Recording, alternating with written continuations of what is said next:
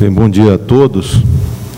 Senhor presidente, obrigado pelo convite, antes de mais nada, e faço esse agradecimento a Vossa Excelência, faço também ao Dr. Thompson Flores, da Images, e também aos colegas Eduardo Picarelli e Salise Sanchotene, que participam no CNJ do Grupo de Trabalho sobre Cooperação Jurídica Internacional na subárea penal, e é um esforço que foi iniciado há cerca de um ano atrás, uma iniciativa pioneira no âmbito do CNJ, um acordar para a matéria da cooperação jurídica internacional.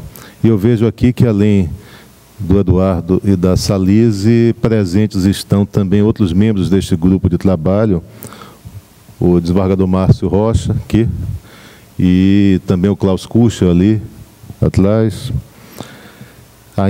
e o Fernando Gonçalves também, aqui, e ainda participam deste grupo o Antônio Oswaldo Scarpa, que é juiz da primeira região, e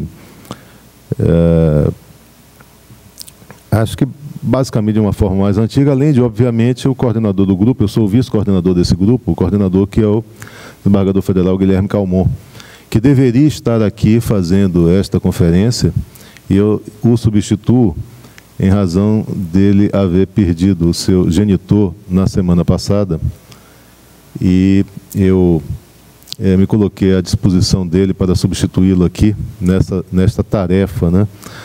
E parabenizando também aos organizadores pela iniciativa.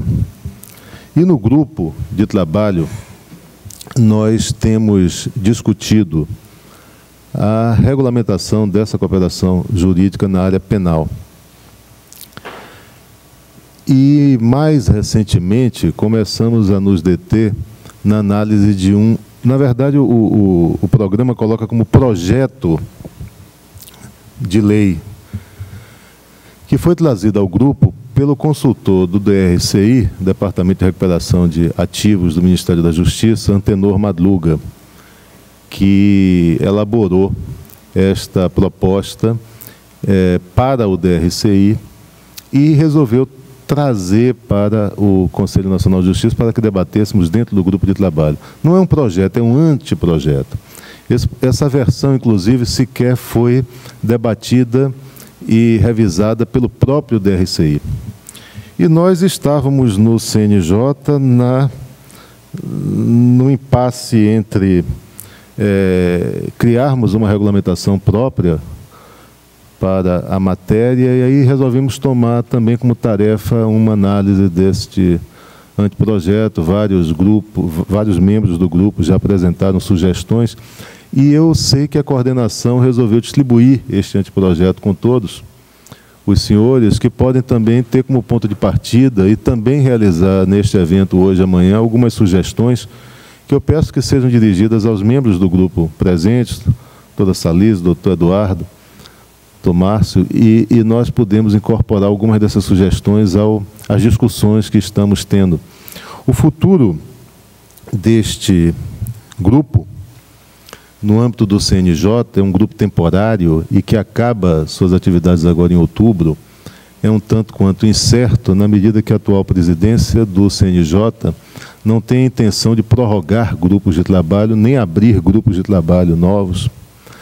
Nós temos tido alguma dificuldade em relação a isso e estamos estudando como prosseguir a atividade, seja no âmbito do Conselho da Justiça Federal, seja no âmbito do próprio Executivo. Nós temos tido algumas iniciativas de estratégias conjuntas, de comitês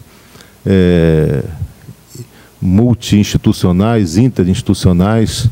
Temos feito isso, por exemplo, com o sequestro de menores, Convenção de Haia de 1980, um grupo que a Autoridade Central coordena, a Secretaria de Direitos Humanos, o CNJ é um integrante, junto com outros tantos órgãos, Ministério Público Federal, Secretaria de Justiça, AGU. E talvez a solução seja algo semelhante, construído com a Autoridade Central para algumas das convenções que tenham a ver com a matéria penal, ou no âmbito do próprio CJF.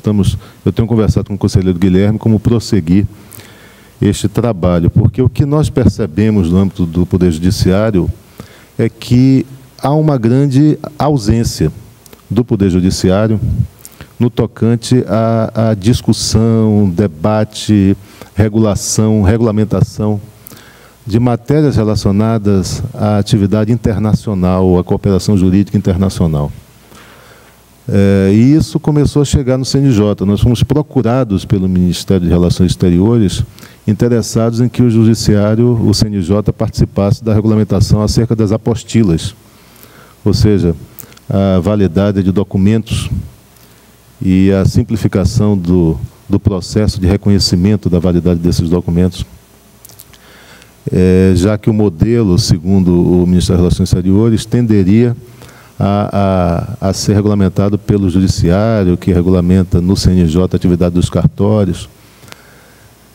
E essa é uma tônica que nós percebemos. O Judiciário sempre distante, sempre conservador, sempre alheio a essa sistemática, a autoridade diplomática, as vias diplomáticas sempre prevalecendo, já que a Presidência da República é o órgão de representação exterior do Estado brasileiro, e nós, pouco a pouco, sendo instados a assumir um papel mais ativo no tocante à cooperação jurídica internacional. Ou seja, o que nós vislumbramos no CNJ é a necessidade de uma grande mudança de mentalidade. A mentalidade precisa mudar no tocante à cooperação judiciária, no tocante à postura do Poder Judiciário brasileiro. Há 10 anos atrás, num encontro do IBCCRIM, no 10º encontro do IBCCRIM, este mesmo jurista, Antenor Madruga, que é professor do Instituto Rio Branco, também já trabalhou no DRCI há algum tempo, ele escreveu um artigo, quer dizer, fez uma conferência que se transformou num artigo, e o título que ele deu foi "O Brasil e a jurisprudência do Supremo Tribunal Federal na Idade Média da Cooperação Jurídica Internacional". E ele, naquele momento, criticava bastante as dificuldades que a jurisprudência do Supremo Federal tinha para admitir a carta rogatória executória. O Supremo não admitia de jeito nenhum, há 10 anos atrás, a carta rogatória executória. E como muitas vezes as medidas quase sempre não se relacionavam a cumprimento de sentenças, nós tínhamos a impossibilidade de qualquer tipo de iniciativa executória por carta rogatória. Nós não tínhamos como fazer isso no Brasil. E hoje as dificuldades são um pouco diferentes, porque, surpreendentemente, o STJ, quando a reforma da emenda 45 atribuiu a ele a competência para o exequatur em cartas rogatórias de homologação de sentença estrangeira, surpreendentemente, naquela regulamentação que foi a Resolução 9 de 2005, passou a admitir cartas rogatórias executórias por regulamentação. E esse problema foi, então, superado ali. Mas hoje nós temos dificuldades outras. E que dificuldades maiores seriam essas? Ao meu ver, a viabilidade ou viabilização de auxílio direto. Nós estamos encontrando uma resistência muito grande da jurisprudência, do Supremo, do STJ. O papel da autoridade central também é uma dificuldade muito grande em reconhecer esse papel e reconhecer essa atividade. Então, nós temos de superar estas matérias. Na semana passada, nós tivemos uma discussão no plenário do CNJ muito intensa sobre a necessidade do Poder Judiciário assumir este papel novo.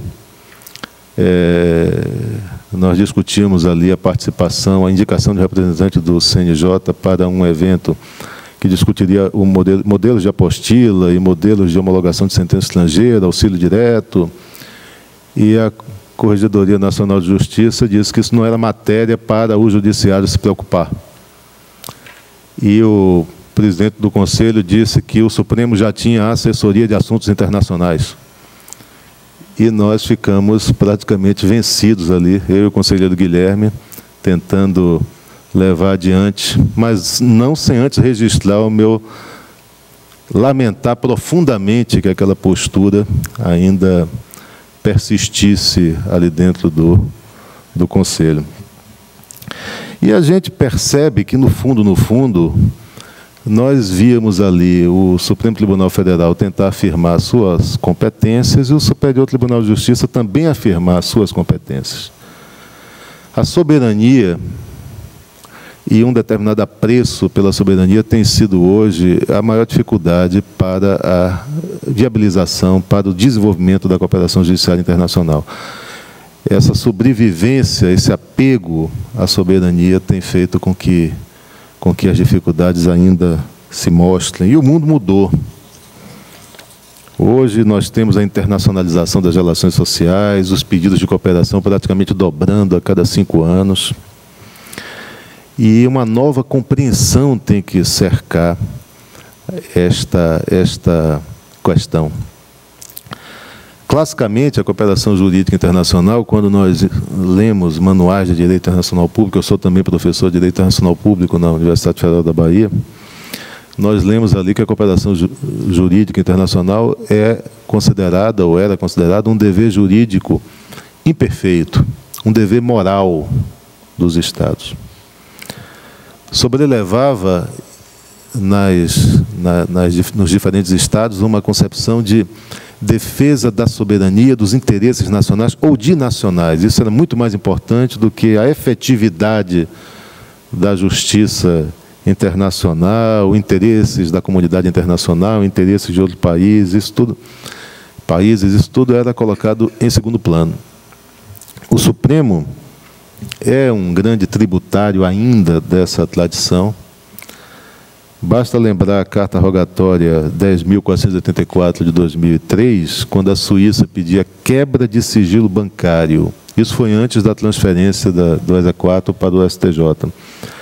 O Supremo entendia que essa diligência era uma diligência de natureza executória e não cabia carta rogatória com natureza executória. E ainda dizia que isso atentava contra a ordem pública brasileira. A ordem pública brasileira é uma entidade qualquer onde defender encobertamento de crimes era muito importante. E isso era uma visão de ordem pública brasileira em 2003. Mas isso continua, né? Isso continua. Nós temos alguns exemplos mais recentes sobre isso. E aí eu volto para aquele artigo do Antenor Madruga de 2004, 10 anos atrás.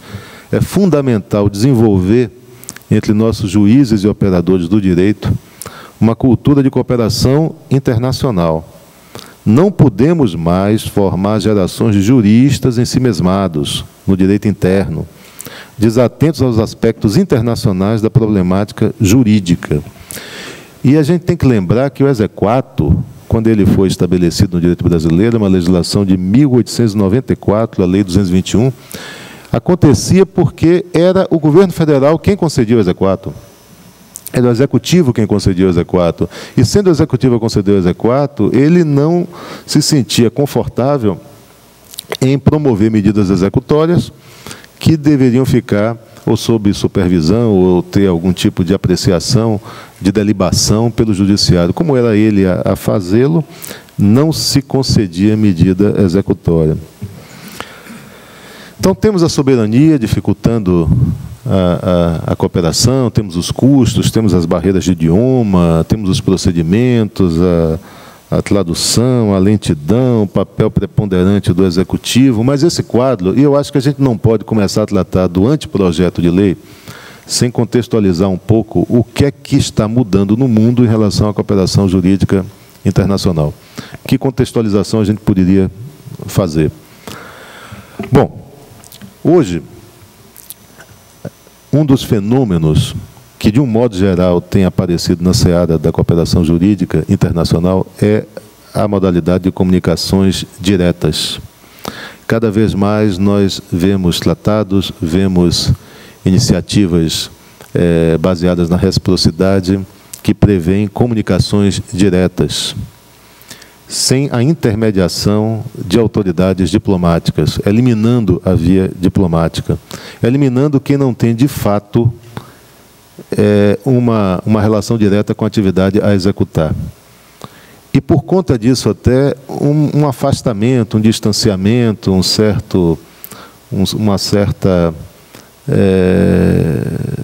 um certo encaixe dessa atividade em uma rotina burocrática como qualquer outra, quando nós sabemos que quando ela é desenvolvida por agentes que têm como função principal o cumprimento dessas tarefas, isso passa a ter uma prioridade diferente.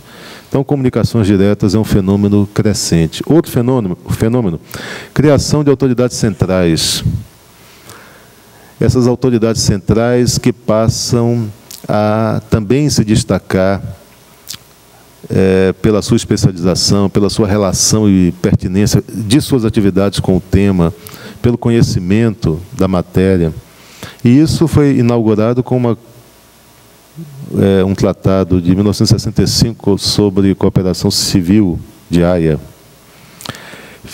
Terceiro fenômeno, a legalização de documentos, né? O fenômeno das apostilas. O Brasil está prestes a ter no Congresso a mensagem, já foi assinada por todos os ministérios envolvidos, buscando a ratificação da Convenção sobre Apostilas. O apostilamento eletrônico está chegando, isso vai facilitar de uma maneira... É a base, dizem que a apostila é a base de toda a cooperação jurídica internacional. E nós estamos caminhando rapidamente para isso. Fim da legalização consular, incremento das apostilas.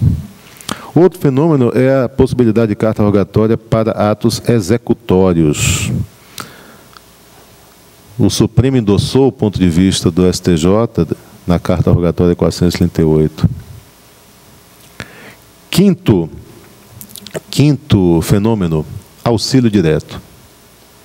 O auxílio direto rompe com aqueles meios limitados à carta rogatória, homologação de sentença estrangeira, mas nós ainda observamos um certo conservadorismo, uma certa interpretação do Supremo refratária à admissibilidade do auxílio direto. Nós estamos prevendo o auxílio direto? Estamos conseguindo realizar alguma coisa? Estamos. Na regulamentação que o CNJ fez sobre sequestro de menores, abdução de menores, nós falamos ali naquela resolução de auxílio direto. A própria prática brasileira tem endossado o auxílio direto, onde a AGU ingressa com ações em território brasileiro em prol, no fundo, da afirmação de uma sentença estrangeira, do cumprimento de uma sentença estrangeira. Nós temos essa figura prevista, as primeiras medidas têm de ser adotadas em 6 semanas, a autoridade central, que é a SDH, coordena, comunica a AGU para o início dessa... Nós temos praticado auxílio direto, ou tentado praticar auxílio direto. O projeto de lei vai prever esse auxílio direto no caso das zonas fronteiriças, mas nós não podemos nos esquecer da reclamação 717 de 1998, o caso Santana do Livramento Rivero, onde o ministro Celso de Mello entende que não cabe este auxílio direto. Em 2011, julgando o HC 106.905, o Supremo, a primeira turma do Supremo, entendeu caber o exequatur para o sequestro de bens. A AGU entrou com uma cautelar, ou seja, a Suíça pretendia o bloqueio de bens aqui no Brasil, mas o relator, o ministro Marco Aurélio, disse que isto é uma cooperação, ou seria uma cooperação entre aspas, porque o que se tem é a execução de um título executivo penal condenatório estrangeiro, e se estava fazendo isso por via transversa, e essa via transversa era inconstitucional. Além de admitir um habeas corpus para uma matéria que não tem a ver com constrangimento à liberdade de ir e vir, o ministro Fux, ainda nesse mesmo julgamento, disse que admitir esse sequestro de bens, ou seja, o processamento de uma ação cautelar proposta pela AGU aqui no Brasil, seria algo que abalaria a soberania nacional. Ainda tivemos essa afirmação de ser algo contra a soberania nacional, que nós sabemos que é um conceito fluido. Da mesma forma que a soberania nacional poderia se considerar abalada por isso, poderia também não se considerar abalada por isso. Então, nós temos aí o auxílio direto com esses entraves, com essa ainda persistência de uma mentalidade que precisa evoluir, eu acho. Nós temos também experimentado na ordem internacional uma sexta mudança. A ordem pública, certos motivos para a recusa começam a ser relativizados. Nós já começamos a ter tratados onde não se prevê mais este tipo de limite para a cooperação. Entrega de nacional, há tratados onde isso também já vem sendo contornado. Não vou nem falar do cumprimento de pena, dos acordos de cumprimento de pena. Vamos lembrar o Tratado de Roma, o Tribunal Penal Internacional, onde nós temos a entrega do nacional prevista. E, finalmente, uma outra mudança de mentalidade vem sendo no abandono progressivo da dupla incriminação, que é algo que interessa a quem? Qual o sentido de um país exigir que o crime seja previsto na legislação do país que reclama onde ali foi cometido contra a sua ordem pública um determinado delito? Também este crime seja considerado crime no Brasil? Qual o sentido disso? Algum sentido humanitário, algum sentido escondido nisso tudo? Isso também começa a ser relativizado na ordem internacional. A Convenção de Assistência Mútua em Matéria Penal da OEA não exige dupla incriminação, embora exija quando há uma medida executória de embargo, sequestro de bens, inspeções, buscas, confisco. Essa matéria é uma matéria que tem sido relativizada e tem um tratamento de um modo não uniforme. O Brasil, há um determinado tempo atrás, a fonte que eu colhi falava de 14 tratados bilaterais de cooperação jurídica internacional do Brasil em matéria penal. Há países onde o Brasil prevê a dupla incriminação. Portugal, França, China, Coreia, Cuba. Outro em que apenas se houver medida coercitiva, é o caso da Colômbia, Estados Unidos, Itália, Peru, Suíça, Suriname, Ucrânia. E o curioso, exigindo para a medida coercitiva a dupla incriminação, os Estados Unidos têm recusado qualquer cooperação quando não há dupla incriminação, porque se não cabe a medida constritiva, por que caber a cooperação no mais? E aí isso tem acontecido com os Estados Unidos, ou seja, é um perigo fazer essa restrição, não exigir, mas para a medida coercitiva exigir. Os Estados Unidos não cooperam se não houver efetivamente a dupla incriminação. E há países com os quais nós afastamos completamente a necessidade de dupla incriminação, é o caso do Canadá, é o caso da Espanha. Nós não exigimos.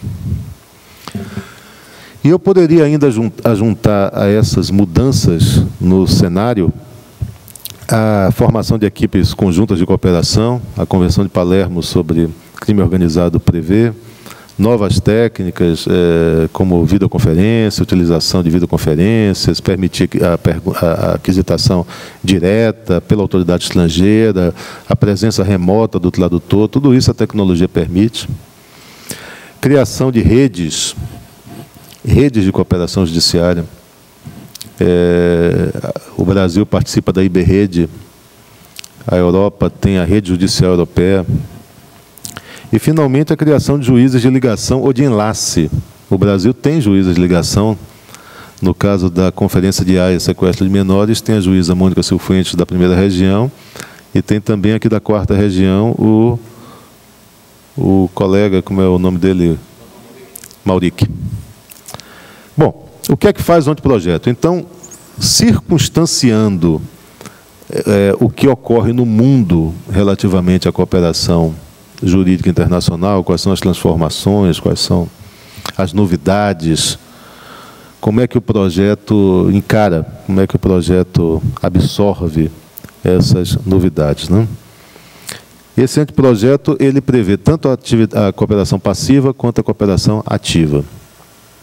E meios mantém o clássico meio da carta rogatória, com algumas modificações, da homologação de sentença estrangeira com alguma modificação, absorve toda a parte da extradição passiva e ativa que estava no Estatuto do Estrangeiro, a Lei 6.115, e abre também como meio o auxílio direto no procedimento investigativo e no processo penal. Então, nós temos esses meios, e como objeto, prevê citações e intimações, produção de provas, medidas assecuratórias e transferência de procedimentos e processos. O que, digamos, é produção de provas, medidas assecuratórias, na medida em que se admite a carta rogatória executória, é uma consequência natural. Na medida em que se prevê o auxílio direto, ou se tenta absorver o auxílio direto, é uma consequência também previsível. Deixa, ao meu ver, esse anteprojeto de avançar em muitos pontos que poderia avançar. Eu não vou aqui fazer uma análise exaustiva do anteprojeto que os senhores receberam. Ele tem 11 folhas, em espaço 1, são 61 artigos.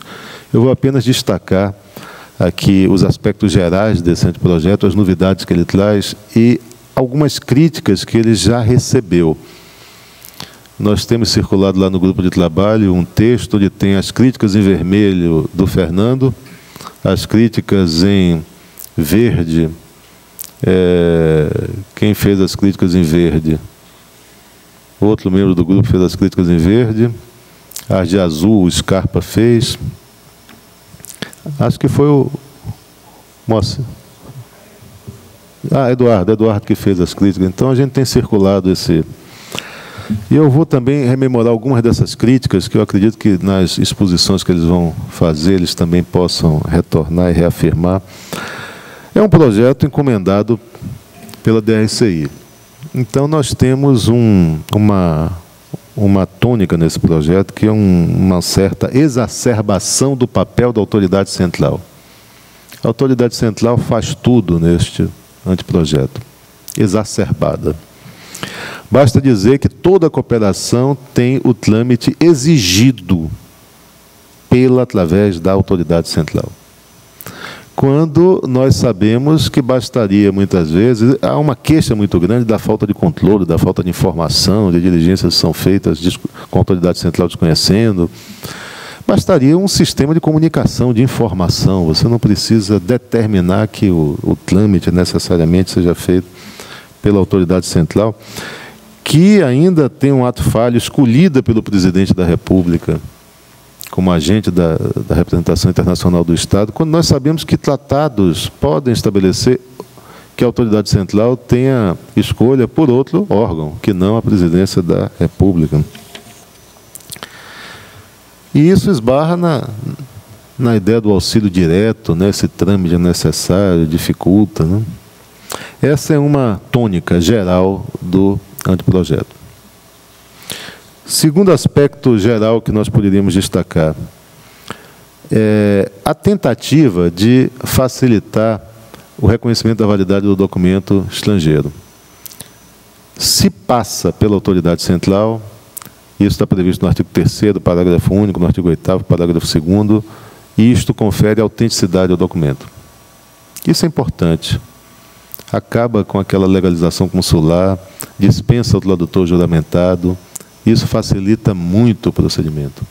Os custos que são envolvidos nessas traduções são muito altos. E isso termina dificultando o acesso à justiça por parte daquele que carece do acesso à justiça. Essa é uma outra inovação, e eu acho que uma inovação positiva, que tem que ser mesmo incorporada em qualquer regulamentação legal ou regulamentar do CNJ que venha a respeito do assunto. Agora, o projeto ainda é, ao meu ver, conservador quando dispensa um certo tributo à soberania. Prevê, por exemplo, ao meu ver, sem qualquer razão, que o perdão ou causa extintiva de punibilidade, segundo a lei brasileira, atue. Nós somos um país que tem um instituto que é uma jabuticaba, a prescrição retroativa. Só tem aqui no Brasil. Eu orientei uma vez uma pesquisa de um mestrando, que fez uma pesquisa, mas pesquisa na América Latina, pesquisa na Europa, ele pesquisou, só encontrou prescrição retroativa no Brasil. Não existe isto. E por que nós entendermos que nós podemos perdoar aqui um crime estrangeiro, que uma causa extintiva, segundo nossa legislação, interfira no ius persequendi em iudício estrangeiro, no ius puniendi estrangeiro, dupla incriminação, mais uma vez, salvo se não for medida coercitiva, mas a gente já viu o que nisso dá o caso dos Estados Unidos. Não extraditar se a pena for menor que 1 ano, é de nossa conta isso. Qual é o grau da pena estrangeira? Quer dizer, nós declaramos a impunidade pelos outros, né? Realmente, essa ingerência, isto não precisa persistir, ao meu ver, para crimes em geral. É minha opinião pessoal. Eu não vejo muito sentido nessa insistência. Nós estamos fazendo um anteprojeto de lei, vamos criar novamente essas situações, né? Soberania e ordem pública continuam sendo motivos de controle para a recusa ao cumprimento da cooperação.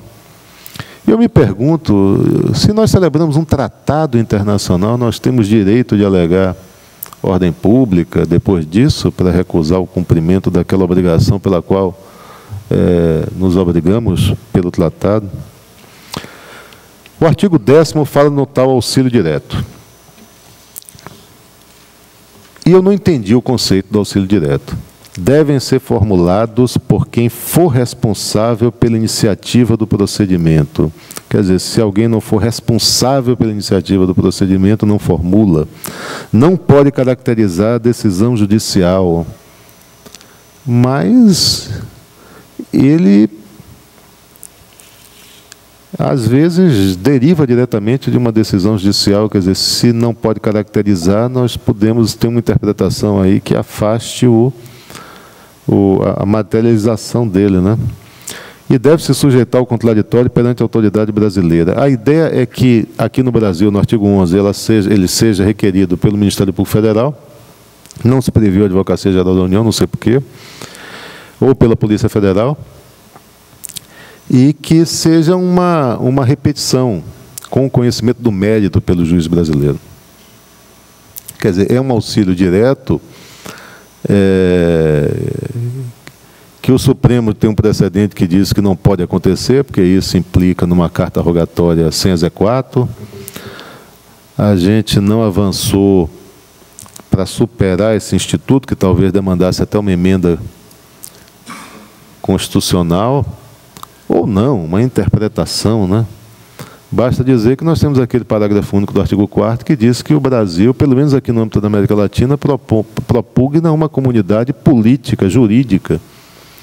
Como é que nós vamos atingir isto? Quer dizer, nós não poderíamos extrair disto o quanto necessário para entender, pelo menos aqui no âmbito da América Latina, um auxílio direto? Bom, o item seguinte seria carta rogatória, porque não tem iniciativa do procedimento, e aí, ou pela autoridade central ou por via diplomática.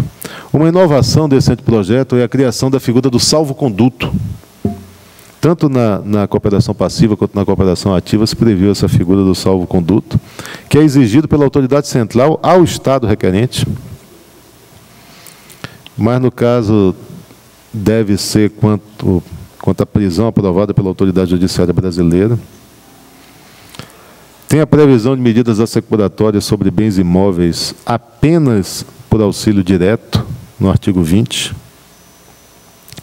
E umas coisas curiosas, que eu acho que só tem a ver com a gênese dele no Departamento de Recuperação de Ativos. Os bens, direitos, valores sujeitos a medidas assecuratórias permanecem no território nacional, não saem daqui, e se tiverem que sair, têm que ser restituídos após concluída a instrução e a perda dos instrumentos e produtos do crime em favor da União Brasileira, podendo haver uma repartição com o Estado requerente. Realmente, se eu fosse um departamento de recuperação de ativos, eu não queria outra coisa. Era isso aí, tem que ficar aqui, repartir comigo aqui. Não tem sentido uma coisa dessa, né?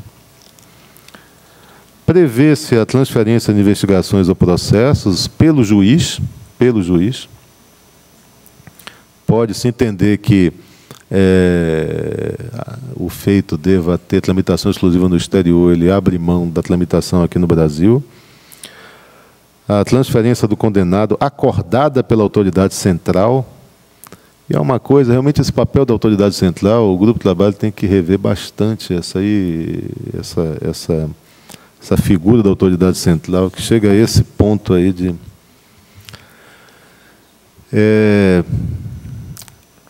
umas previsões, como no artigo 49, eu já estou acabando, é a última folha aqui. A autoridade judiciária poderá condicionar a expedição de pedido de cooperação ativa à demonstração prévia de sua imprescindibilidade. Eu não entendi bem isto, mas o pior é dizer que a forma e o conteúdo serão do Estado requerido quando o tratado pode prever diversamente. Muitas das observações do grupo de trabalho foi no sentido de que os tratados podem prever diversamente e isso tem que ser reconhecido, tem que ser valorado. Não é possível que a autoridade central predomine contra tratados que prevejam de outra forma. Mas, se estabeleceu esse sistema onde a autoridade central, por ela, passa todos os pedidos de cooperação, ela vai fazer autos, esses autos podem ser consultados pelos interessados, esses autos terão todos os registros formais dessa cooperação, desse intercâmbio, das comunicações, etc. E uma coisa importante, nos artigos 55 a 58, se previu um regime especial nas zonas fronteiriças. Quem é que define qual é a zona fronteiriça? Eu vou dar uma pista para vocês. A autoridade central. E, obviamente, os magistrados integrantes do grupo de trabalho acham que isso tem que ser regulamentado pelo CNJ, pelo CJF, pelo tribunal, não pela autoridade central.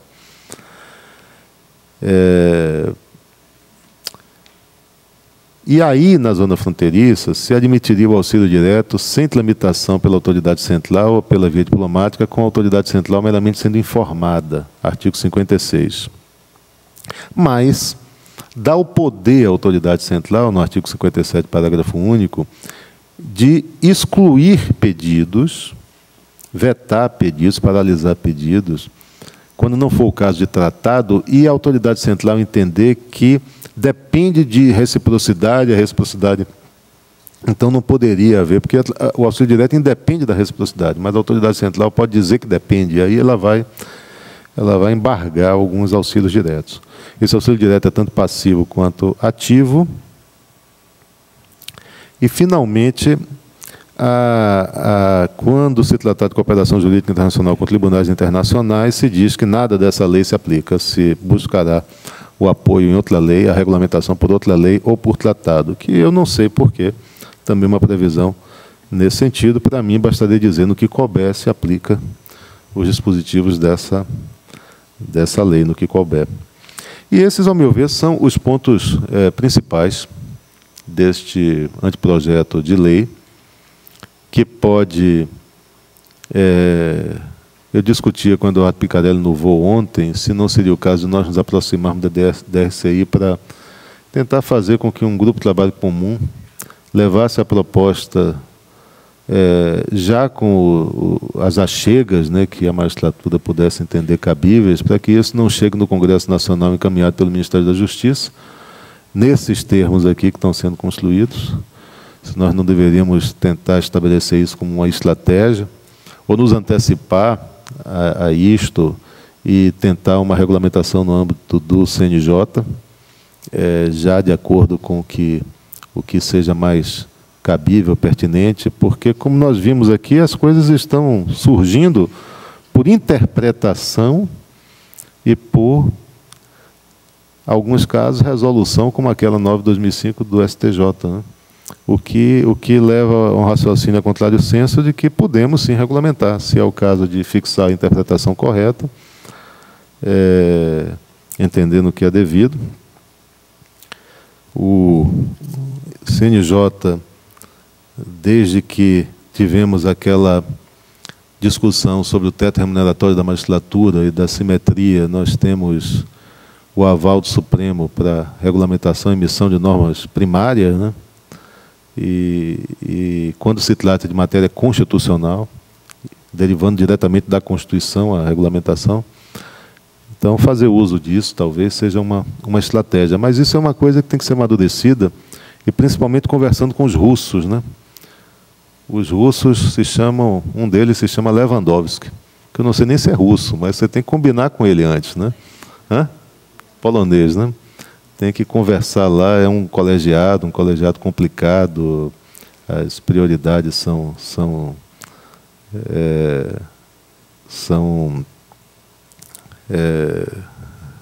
fluidas, né? E aí tem que achar o momento certo, o lugar certo para fazer as propostas e essas propostas terem viabilidade ali dentro.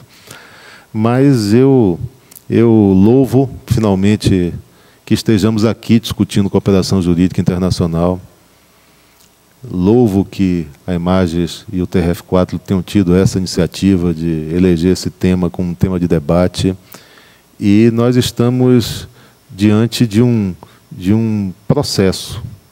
E esse processo, com certeza, nós teremos logo mais a exposição do meu amigo Jorge Fontoura sobre a experiência aqui no âmbito do Mercosul, melhor, os desafios no âmbito do Mercosul, também a contribuição da Joana Ribeiro sobre a situação na Europa, que é sempre uma referência quando nós pensamos na institucionalização aqui no Mercosul, mas às vezes uma referência que nos incomoda muito, às vezes, não pode ser sempre